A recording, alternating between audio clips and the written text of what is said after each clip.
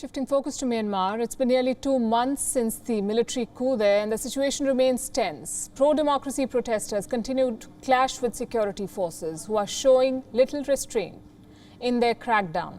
In the next 4 minutes, we'll get you updates from the ground and discuss the growing need for a dialogue with the army junta. I'll start with the protests. Sunday was the bloodiest day since the coup. At least 100 protesters were killed in clashes with local police. The violence was the worst in Yangon and Mandalay, two of the biggest cities in Myanmar. The protesters are calling it a day of shame for the Myanmar army. The army is calling it an issue of law and order. It is accusing foreign forces and local militias of trying to stoke unrest and derail efforts to restore democracy in the long run. And in this back and forth, neighboring countries are preparing for the repercussions. Allow me to explain. On Sunday, the Myanmar army carried out airstrikes on an area held by the Karen Liberation Army.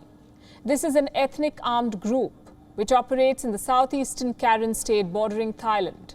This attack was aimed at curtailing the operations of the rebel group, but it ended up further perpetuating the ongoing exodus to Thailand. At least 3,000 ethnic Karen villagers have crossed the Myanmar-Thailand border. They found refuge in Thailand's Mae Hong Son province. Thai authorities say they're bracing for a larger influx of refugees in the days to come. Please let this be an internal issue for us. We don't want to have an exodus of refugees and evacuations into our territory, but we will observe human rights too. How many refugees are expected? We have prepared an area for them to stay first after they cross over. We can talk about the numbers later. We are not going to talk about a permanent shelter yet. We are not there yet. This is a matter of the Department of National Security to deal with. It's a similar situation along Myanmar's border with India. In the last few weeks, refugees from Myanmar have fled to Indian states of Mizoram, Manipur, Nagaland and Arunachal Pradesh. There are no official estimates on how many Myanmar nationals have come to India, but reports put the numbers at around 700 or more.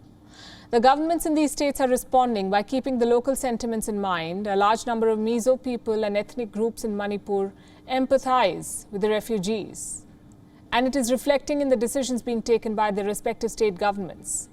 But this exodus also poses security challenges in the long run. India has suffered due to a refugee crisis in the past, and due to its proximity to Myanmar, it is again bearing the brunt of internal unrest.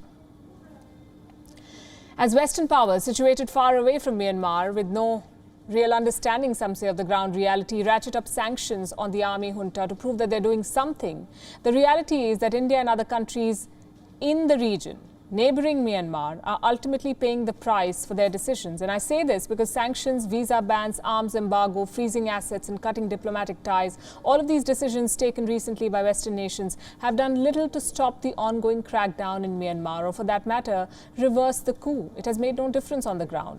The army junta is far from course correcting, and the people of Myanmar continue to feel the pinch, continue to suffer. Hundreds have died, thousands have been displaced and turned into refugees.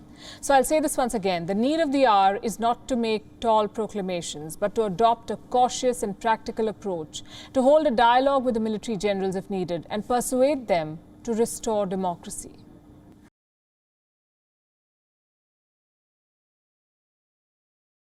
WION is now available in your country. Download the app now and get all the news on the move.